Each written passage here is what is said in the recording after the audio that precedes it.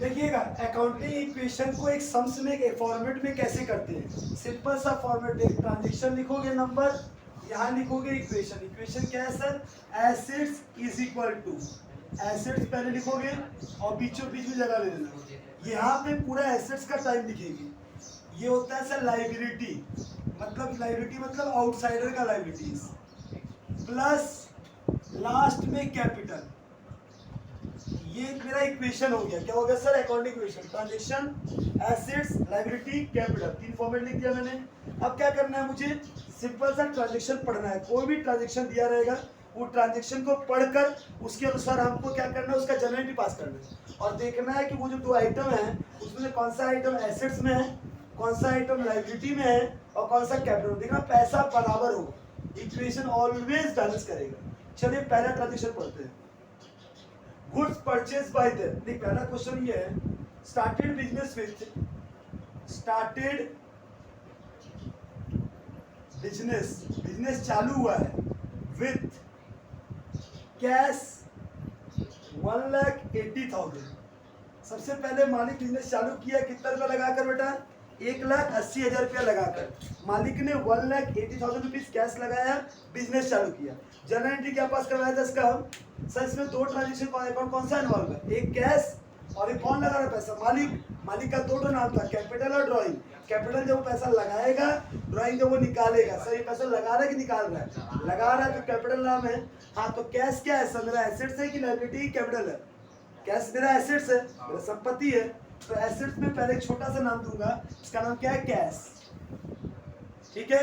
Cash कितना आया company के पास? 1,80,000। और वो कैश कौन लाया सर? कैपिटल, मालिक लेकर आया ना, तो मालिक में 1,80,000। क्या ये इक्वेशन बराबर है? 1,80,000 मेरे पास कैपिटल आया और 1,80,000 रुपया मालिक के नाम पर उधार हो गया कि मालिक ने 1,80,000 दिया। तो जितने का एसेट्स क्या उतने का ही इंटरनल लायबिलिटी हो गया ना? हाँ या ना? इक्वेशन बराबर।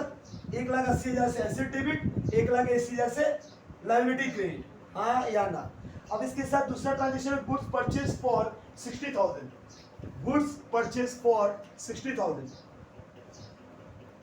गुड्स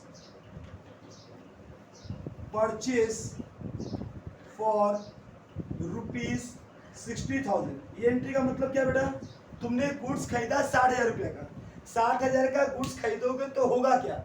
सामान आएगा, सामान मतलब स्टॉक, स्टॉक आएगा तुम्हारे पास। तो स्टॉक क्या है? मेरा एसेट्स है, तो ये भी एक एसेट में चल जाएगा स्टॉक। और क्या जाएगा तुम्हारे पास से? कैश। तो देखो तुम्हारे पास एसेट्स आया, 60,000 रुपये का स्टॉक आया और 60,000 का तुम्हारे पास से कैश चला गया। अब ये बैलेंस कितना हो जाएगा सर? अब इस ट्रांजेक्शन के बाद अब तुम्हारे पास 1,20,000 रुपया कैश है, 60,000 रुपये का स्टॉक है और मालिक का पैसा 1,80 है। क्या ये इक्वल है कि नहीं बता दीजिए। ये ट्रांजेक्शन के बाद इसको बोलते हैं अकाउंटिंग इक्वेशन। सिंपल हिसाब। सर तुमने बिजनेस चालू हुआ, मालिक ने 1,80 रुपया लगाया, तो 1,80,000 रुपये कैश आया, 1,80,000 मालिक दिया, मालिक के नाम पर उधार लिख दी कि मालिक का पैसा कहाँ से आया? मालिक से आया। ये इक्वल हो गया। फिर तुरंत तुमने क्या किया? उस 1,80 में से 60,000 रुपये का सामान खरीद दिया, माल खरीद दिया। तो माल क्या हुआ सर? तुम्हारा एसेट्स ही तो है। अगर मान लो 60,000 का स्टॉक रखा है मेरे पास, तो मेरा एसेट्स है। और हुआ क्या? 60,000 स्टॉक जो है और 60,000 कैश तो कम हुआ ना मेरे पास से, कैश मेरे से 60,000 घटा और मेरे पास क्या है? 60,000 का स्टॉक आया। तो टोटल मिलाकर मेरा एसेट्स कितने का है? 1,20,000 रुपये कैश है, 60,000 रुपये का माल है, तो 1,80 का मेरे पास एसेट्स है। और लायबिलिटी कितने का है? 1,80 का। बैलेंस है कि नहीं है? तो अकाउंटिंग इक्वेशन का मतलब होता है जितने का एसेट्स उतने का ही लायबिलिटी बराबर ऑलवेज होगा। क्या होगा? ऑलवेज होगा। थर्ड एंट्री क्या बोला है सर? इसको बोलते हैं न्यू इक्वेशन। क्या बोलते हैं? जब कभी भी कोई इक्वेशन करने के बाद जब मेरा चेंजेस आएगा, क्या आएगा सर? चेंजेस, तुरंत बोलना न्यू इक्वेशन। फिर इक्वेशन नंबर थर्ड। फिर क्या हुआ सर? मेरे साथ तीसरा ट्रांजेक्शन बोला है wages paid. Wages paid to worker ₹25,000। 25,000 रुपए का तुमने क्या किया सर? वेजेस पेड किया है। Wages paid to worker worker को तुमने 25,000 रुपया दिया है, तब इसका इम्पैक्ट क्या होगा सर मेरे पास? सब पहला बार कैश घटेगा मेरा 25,000 रुपये से, 25,000 रुपये से मेरा कैश घटेगा, और ये वर्कर को जो मैं पे कर रहा हूँ, वर्कर क्या देगा मेरे को? सर्विस देगा। तो सर्विस मेरा क्या एसेट्स है, लायबिलिटी है कि कैपिटल है?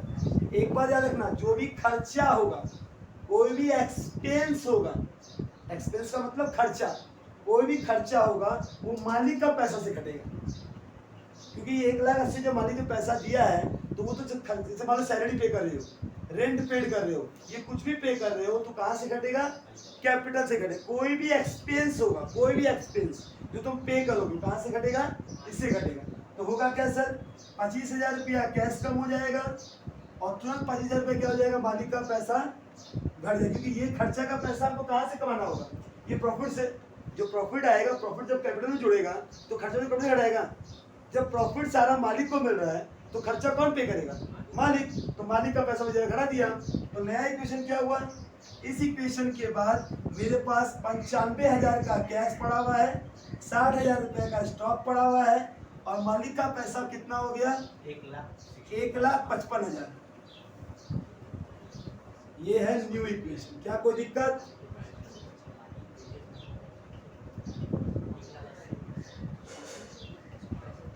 फिर नेक्स्ट क्या हुआ sir?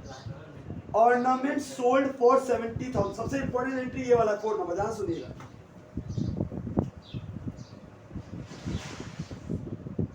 Ornament sold for ₹70,000 costing ₹50,000। ध्यान से सुनिएगा, मैंने क्या किया? मैंने ऑर्नामेंट सोल्ड किया। ऑर्नामेंट का मतलब कोई भी सामान जो स्टॉक था मेरे पास, क्योंकि जो माल खरीदा वही माल बेचूंगा ना। मैंने माल जो 50,000 का माल 70,000 बेचा, क्योंकि कॉस्ट भी तो कॉस्ट नहीं बेचेगा ना यार, हम तो प्रॉफिट तो कमाना सोचेगा। मेरे पास पैसा कितना आएगा सर? पैसा कितना आएगा? 50,000 रुपए का गहना तुमने बेचा 70,000 रुपये में, या 50,000 का स्टॉक बेचा, सीधा बात है। ऑर्नामेंट का मतलब स्टॉक, मेरा काम ही है गहना बेचना, गहना खरीदना। तो उस ऑर्नामेंट मेरे लिए क्या होगा? स्टॉक होगा, मेरे लिए एसेट्स, मेरे लिए सॉरी स्टॉक इन ट्रेड होगा, मेरे लिए एसेट्स नहीं होगा। तो कॉमर्स की बात क्या है सर? 50,000 रुपये में पैसा कितना आएगा? कितना में बेचा? कितना में बेचा? 70,000 में। 70,000। कैश कितना ऐड हो जाएगा? 70,000। और मेरे पास स्टॉक कितना जाएगा सर?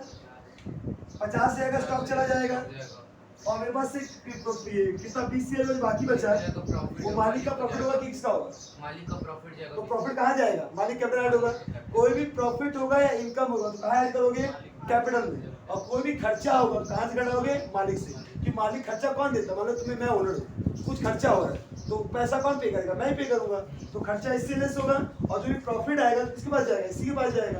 प्रॉफिट ऐड और खर्चा लेस, इससे होगा। और सर मेरा स्टॉक कितने का था? 60 का तो माल खरीदे थे, उसमें 50 का माल तुमने 70 बेच दिया, तो कैश कितना आएगा? 70 आएगा। माल कितना जाएगा? 50 का जाएगा, और 20 रुपये क्या हो जाएगा? मालिक का हिसाब हो जाएगा। क्या ये इक्वेशन बराबर है? 70 50 गया, कितना बचा? 20। 70 में 50 गया, कितना बचा? 20। Equation balanced. इसके बाद क्या करेंगे सर? न्यू इक्वेशन क्या होगा? तुम्हारे पास पैसा कितना बचेगा? 1,65,000 प्लस कैश कितना बचेगा सर? स्टॉक कितना बचेगा? 10,000 का स्टॉक है हमारे पास, और मालिक का पैसा कितना हो जाएगा? 1,75,000। क्या कोई दिक्कत?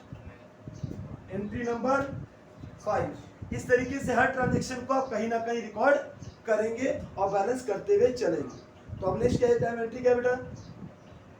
Ornament sold on credit. अब ध्यान सुनना, अभी तक ऑर्नामेंट सोल्ड किया कैश में। ऑर्नामेंट सोल्ड ऑन क्रेडिट, उधार में बेचा फॉर ₹15,000। कितने हजार में? 15,000 में। कॉस्टिंग कितना है उसका? 10,000 रुपये। 10,000 रुपये का माल मैंने 15,000 रुपये में, कितने? 10,000 रुपये का माल 15,000 में कैसे बेचा सर? उधार में। कैसे बेचा मैंने? उधार में। उधार में मैंने इसको बेच दिया। 10,000 रुपये का माल 15,000 में मैंने उधार में बेचा। तो क्या एंट्री करेंगे बेटा? मेरे पास सीधा बताइएगा, मेरे पास से याद सुना, कैश आएगा। कैश कैसे आ जाएगा उधार में से? तो मैंने सोल्ड किया उधार में, क्रेडिट लिखा है। उधर क्रेडिट पे लिख देंगे। ये मैंने जो सोल्ड करूंगा तो मेरा डेटर होगा, क्रेडिटर होगा, डेटर आएगा, मेरे को पैसा मिलेगा कि हमको देना होगा, मिलेगा, तो एक और मेरा डेटा खड़ा हो जाएगा, इसका नाम क्या है, डेटर।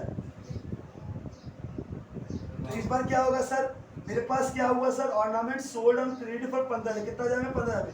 मेरे को पैसा कितना मिलेगा सर, 15,000 मिलेगा, मिला नहीं, मिलेगा, ठीक है। मेरे पास से कितने का माल जाएगा, 10,000 रुपये का माल चला जाएगा, तो बाकी जो 5 शेयर कहाँ जाएगा, मालिक के पास। इस बार मेरा पास कैश में ना तो पैसा आया ना पैसा गया, स्टॉक हो गया खत्म। 60 का स्टॉक था, 50 का स्टॉक बेचा 70 में और 10 का स्टॉक बेचा 15 में, मैंने स्टॉक खत्म कर दिया। मेरे पास डेटर कितना है सर, 15,000 का, और मालिक का पैसा कितना है सर, 1,80,000 का। इसमें कोई दिक्कत है,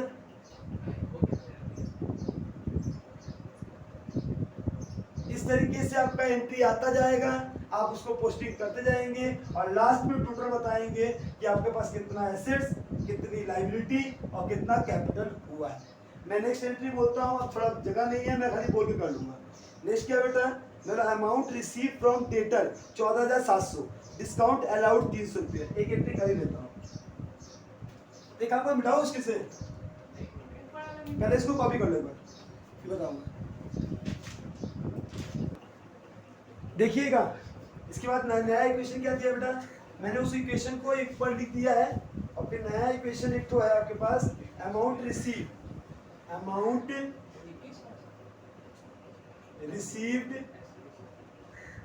फ्रॉम, तुम लोग वहीं से नीचे लिखना, नीचे चालू करना,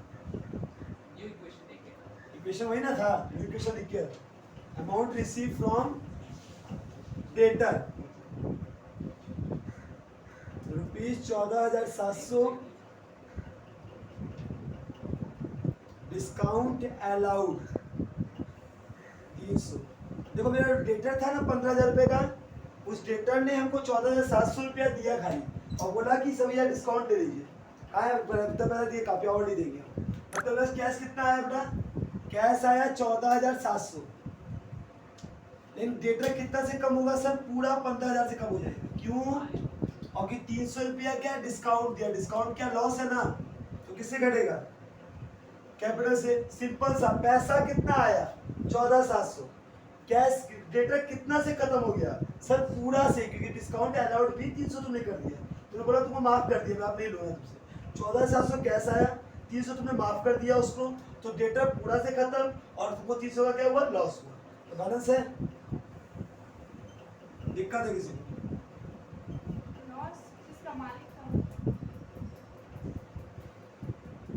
मालिक का जैसे लॉस होता है बेटा, कौन देगा लॉस,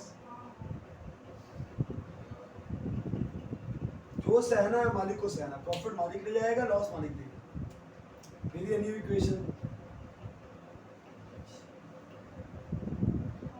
बोलिए, कोई दिक्कत। इसके बाद का एंट्री क्या दिया बेटा, gold purchase on credit, gold purchase on credit ₹8,000, 8,000 रुपए का तुमने क्या किया है, गोल्ड परचेज किया है, गोल्ड उधार में तुमने परचेज किया है 8,000 का। तो पहला एक क्वेश्चन, उधार में परचेज करने का मतलब क्रेडिटर होता है, क्रेडिटर क्या है सर, लायबिलिटी है, एक लायबिलिटी का नाम आ जाएगा क्रेडिटर्स।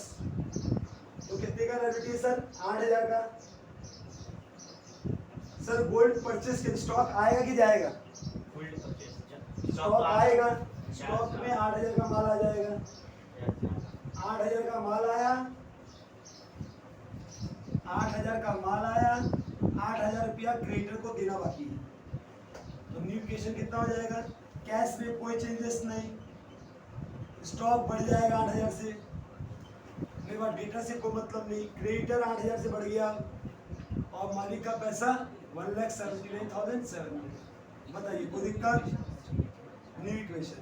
इस तरीके से क्या आप लोग इक्वेशन कन्वर्ट करते जा सकते हैं, इस तरीके से क्या इक्वेशन कन्वर्ट करते जा सकते हैं, कोई प्रॉब्लम है।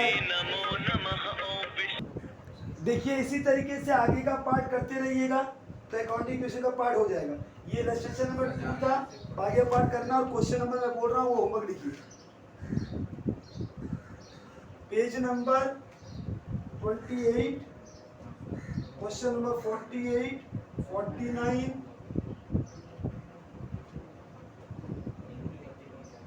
50 और इलस्ट्रेशन 2। ये 4 तो सम आप लोग को होमवर्क रहा। ये 4 सम बनाएंगे, आपको अकाउंटिंग इक्वेशन बनाना आ जाएगा। पेज नंबर 28 है बाबू, page number 28, question number 48, 49, 50, line से 3 सम और इलस्ट्रेशन नंबर 2 जो मैंने आधा किया, बाकी आपको कंप्लीट करना है। ये 4 तो सम हमको नेक्स्ट क्लास, जब भी आपको अकाउंट का क्लास होगा उसमें हमको ये कंप्लीट चाहिए। मेरे हिसाब से अकाउंट इक्वेशन आपको आ गया। नेक्स्ट क्लास से आपको अकाउंट इक्वेशन के बाद journal, ledger, trial balance, purchase day book, sale day book सारे बुक में मिलते हैं। अब हम लोग प्रैक्टिकल को दुनिया में एंटर कर चुके हैं। पहला एंट्री यही था आपका। मेरे हिसाब से इसमें कोई दिक्कत आपको नहीं होना चाहिए। प्रैक्टिस कीजिएगा, दिक्कत हुआ फ़ोन कीजिएगा, बना दूंगा। Thank you, bye bye.